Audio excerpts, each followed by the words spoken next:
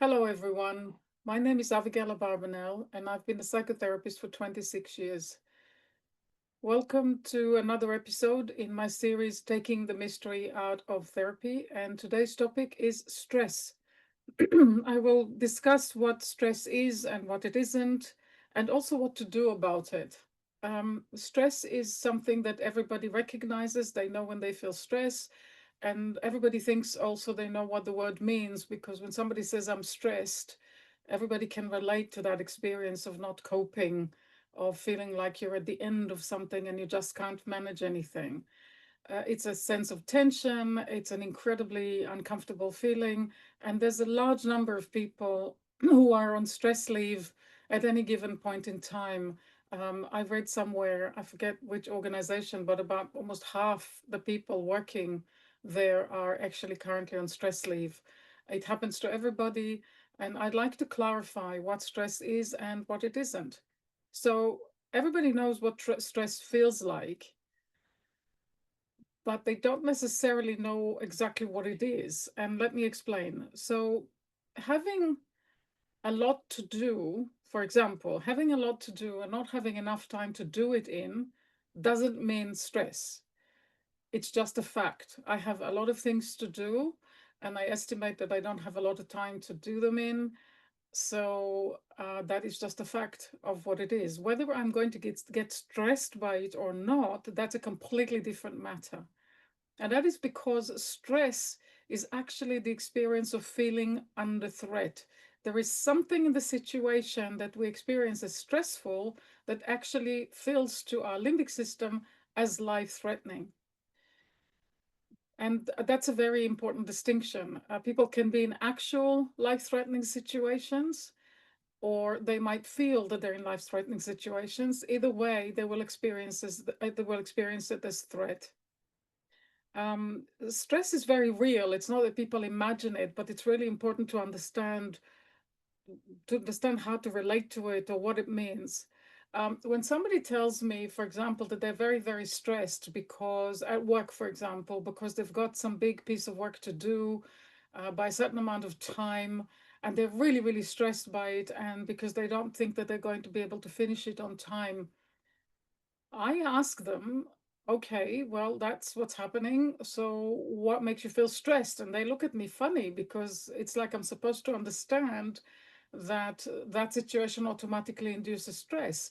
But then what I do is I actually take them through a process of thinking about it that clarifies a great deal about what it is that makes them stressed in that situation. So I tell them, okay, so what have you got to do? And so, well, I've got this really, really big report at work to do that my manager is expecting by a certain deadline.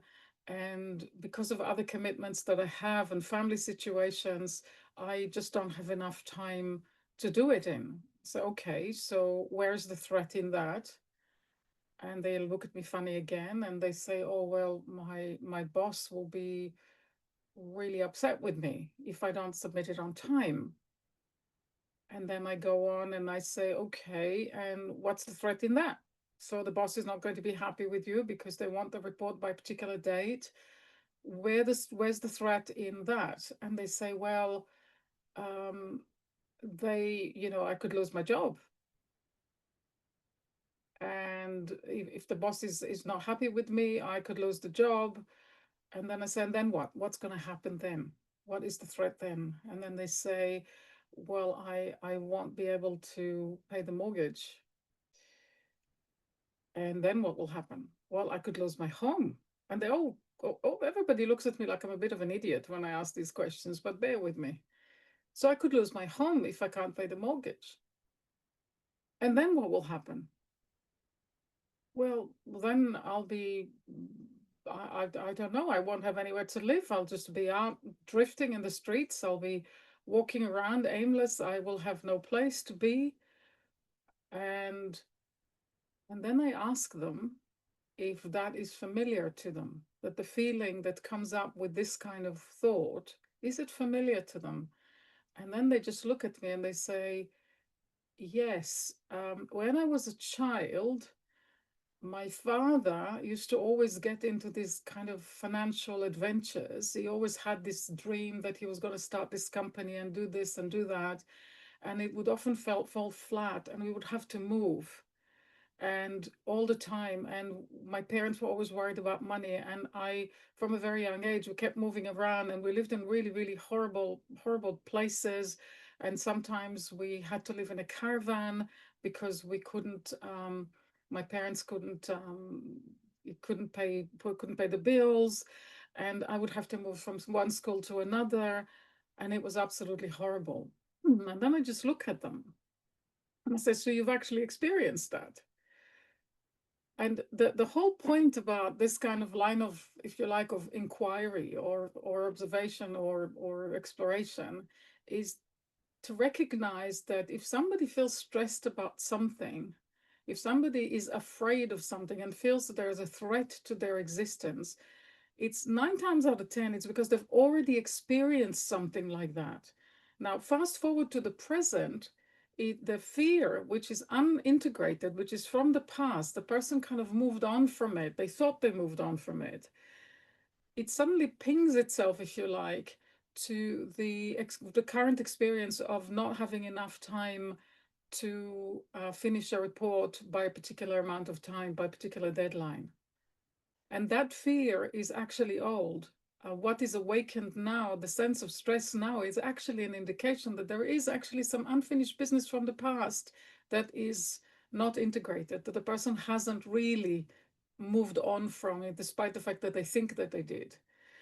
So, stress in the present, a lot of the time, it's because there is something in the present situation that really awakens something old from the past. Everybody who lives with childhood trauma is going to experience stress at some point in time about something that may not be going so well in the present. And sometimes, if somebody has trauma, sometimes it can be something very small, or if they thought about it logically, very manageable. But if you remember from my previous podcast, when the limbic brain spirals into existential fear, it can shut down the prefrontal cortex so people can no longer think clearly about their situation. If the person could think clearly about their situation, about the report, for example, and they had nothing from the past that's awakened, they could go to the boss and have a chat and discuss what's going on. And I'm sure that most of the time, they'd probably be able to sort it out. But people panic. Stress is about being in a state of existential threat. So stress equals threat. It's not just I have a lot to do and not enough time to do it in. So what do we do about stress? Most of the advice given to people really gets on my nerves because most of the advice that is out there universally is about stress management. And this follows the same problematic attitude that we have to mental health in general, which is about symptom management. If somebody feels stressed, as in under threat, the most important thing is to listen to what the threat is telling them. If a person feels, well, what is it that's threatening to me about the situation? They will start getting some information because if you remember, all our internal emotional experiences are trying to tell us something about our circumstances in the present, about our circumstances in the past, usually a bit of both. Now, people who are in the present time in threatening situations. For example, people who are experiencing domestic abuse, or children or teenagers who are living in families where there is abuse or some kind of form of insecurity, are going to feel stressed because of what's happening now. The stress is the feeling of threat, and this needs to be addressed. This needs to be taken care of. It's not okay to take a child who comes from a bad family where things are bad for them, where they're scared all the time, and expect them to go to school and study and have a clear head to study and wire in new knowledge or be particularly interested. The brain is scared. So it's preoccupied with survival and it does not have the energy or the flexibility or the neuroplasticity that it needs in order to learn. If a child is stressed, teachers and anybody who cares for them need to sit down with them and find out where in their life, they experience a life-threatening situation. Whether they're actually going to die or not from the situation, it doesn't matter. What matters is the feeling that you're facing an existential threat. Now, the people in Gaza right now that Israel is killing, that Israel is trapping in Gaza, who are living in absolutely horrific conditions, are obviously all threatened, and therefore are likely to feel stress because they are actually threatened. They are under threat, and what needs to be done is not manage their threat, but stop the stress, but stop the situation that is causing them to feel under threat. They're not imagining they're under threat, they are actually under threat. A domestic abuse victim is not imagining that she or he are under threat. They are under threat. If every time they go home to a bully that is verbally abusing them or physically abusing them or sexually abusing them, of course they're going to feel under threat. Our attitude to threat to stress needs to change. If somebody says they're stressed, we need to start paying attention. A lot of clients come to therapy with the experience of stress, and it's very, very important to find out what is it that this stress is telling them. So I've already mentioned that people with unfinished business or trauma from the past are more likely to experience stress in situations that people without trauma may not experience. The word resilience is something that I'm sure most viewers will have heard. Resilience is the ability to face some kind of a setback in life, um, but um, but recover from it fairly quickly, and ideally, in my universe, not just cope with it, but actually even grow through it. People who have pre-existing trauma and who are physically right now or psychologically in a bad situation are going to suffer from poor resilience, which means even a small thing that goes wrong can cause them to feel what we call stress. It will trigger the experience of existential threat in them. Now, I've already mentioned that what do? We need to listen to it and we need to stop that. We need to find out what it is that's causing the threat, and we need to make sure that it's dismantled, that that situation that's causing stress and threat to people is no longer there. Another thing too that people can do is, even if they do not have any kind of real threat or immediate threat in their life right now, they might want to consider that they need to integrate their brain in the same spirit that I've talked about in the first few podcasts of this series. That neural integration, or integrating the prefrontal cortex with the limbic brain through the process of validating emotions. Please look at podcasts 1, 2, 3, 4, 5, where I discuss it, including the exercise of what to do and how to integrate the brain. I also mention it in my book on which I call Therapy Without a Therapist. The When the brain is not sufficiently integrated, even if a person doesn't have severe trauma from the past, they might experience stress in the present simply because they're using the wrong brain to do a job that is not meant for. Your limbic brain is supposed to be something like a safety officer. It's supposed to tell you what's going on around you so that you can stay alive and be safe.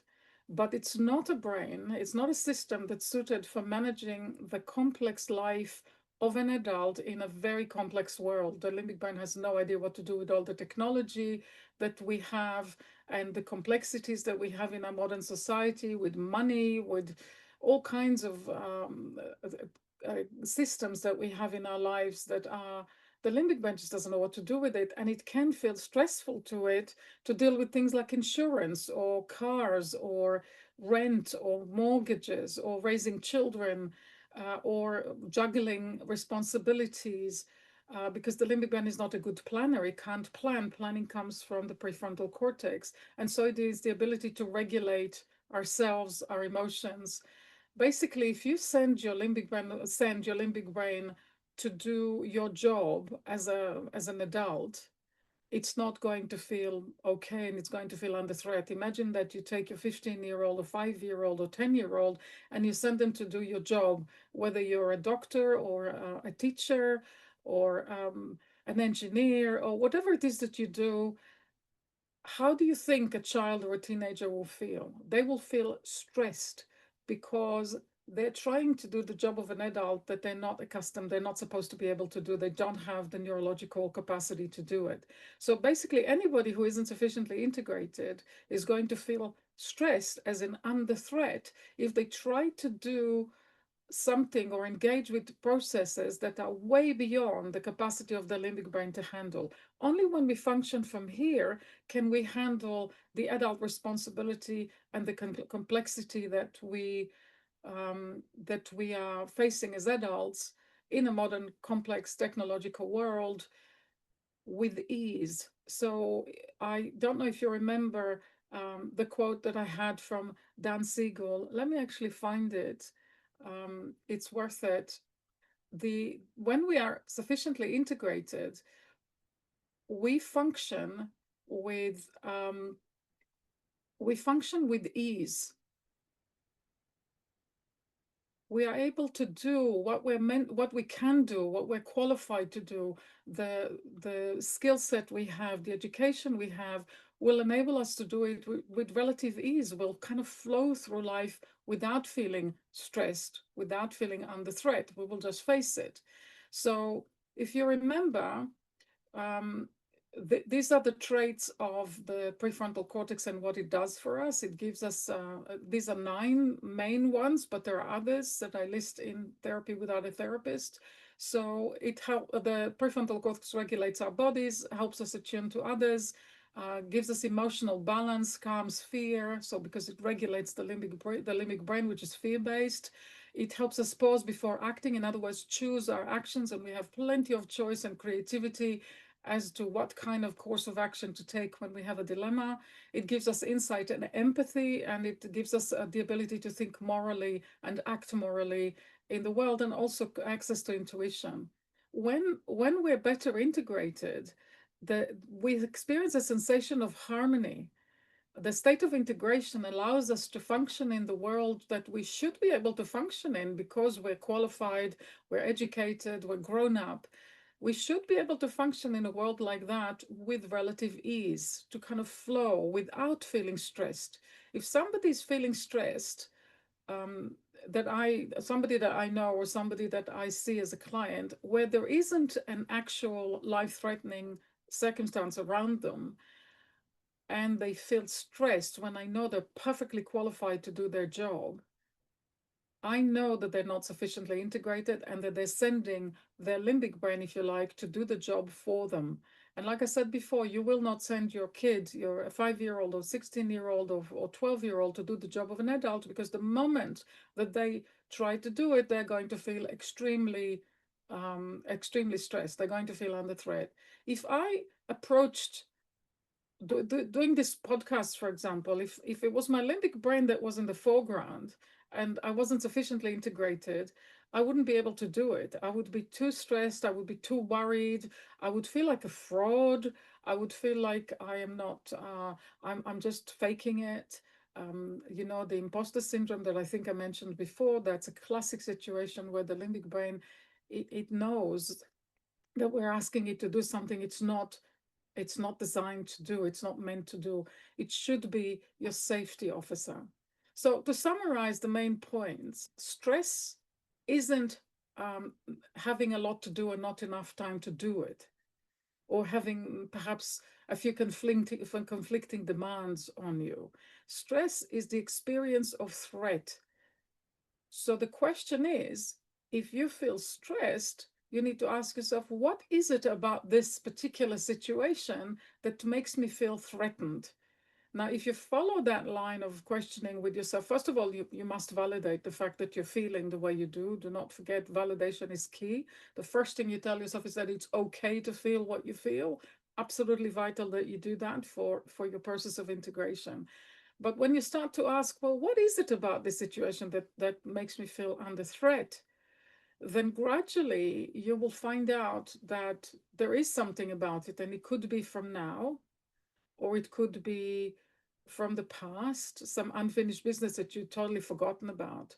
It could also be something like maybe you're in the wrong job, maybe you're not fulfilling yourself. Maybe you're wasting a lot of time doing something that doesn't mean much to you, and you feel like your life is wasting away. Nobody can live just to exist. Human beings need a purpose, and they need for their life to mean something. So to live without purpose, to live just with existence, that's, well, I'm going to do my job, it's a slog, I'm just doing it to get to earn a living.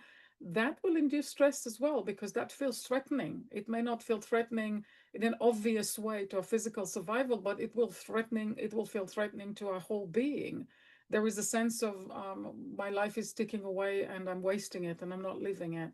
So there are many reasons why a person would feel under threat. And there is no one size fits all here. Nobody can tell another person what would make them feel stressed. But if a person feels stressed, it's likely to be because they're feeling under threat, and there's a good chance that the thing they're frightened about is something that they know, that they've already experienced. 9 times out of 10, we fear things we have already experienced or witnessed. The number of times I heard from clients, and I've experienced it myself, I don't want to end up like my father or my mother. I don't want to end up like this person or that person. That can be threatening as well. If somebody else had a negative experience and you look at it and you think, well, I don't want that, that could feel threatening. But most of the time, the feeling of threat, of fear, will be based on something we've already experienced. We tend to not fear things that we haven't experienced or we have no familiarity with at all. So, what to do with stress? Like with everything else you feel, validate it and listen to it. Stress means threat. It means that in the situation that stresses you, there is a sense of threat. And the question is, what about it is threatening? And listen to that, validate it, and do something about it. So it's not about stress management, just exercising or eating a healthy diet. I mean, all of these are obviously good things, but they're not going to solve stress in the long term. Oh, another thing too, some people, because they get to that point where they feel so stressed by a job that they should be, by the way, fully qualified to do, they opt out and they leave their the job that might actually be fulfilling for them, but it's too stressful because they're not integrated enough, and the limbic brain's trying to do it, and they opt out and they do something that's way beneath their abilities. The danger with that is that while the stress will go because the limbic brain is not feeling like it's facing something too complicated, life is also not going to be fulfilling. So a human being, so simple, people can just try to deal with the stress by simply reducing responsibilities. In a short term, in the short term, it could be helpful, but as a way of life, it's a terrible shame because people have so much potential and so much ability, but without sufficient integration, if the limbic brain is in charge of their lives, they'll be too stressed and they will not be able to do whatever it is that they want to do, that they're passionate about, that means something to them. So I really hope that this discussion about stress has been helpful to you. If you want to um, if just wanted to look for the email address. If you wanted to write to me and ask questions or comments, or if you want me to talk more about any topic or a part of a topic, please do write to me to this address, to podcasts at fullyhuman.co.uk. That's podcast at fullyhuman.co.uk. I really hope that this has been helpful to you, and I look forward to doing the next podcast. Thank you.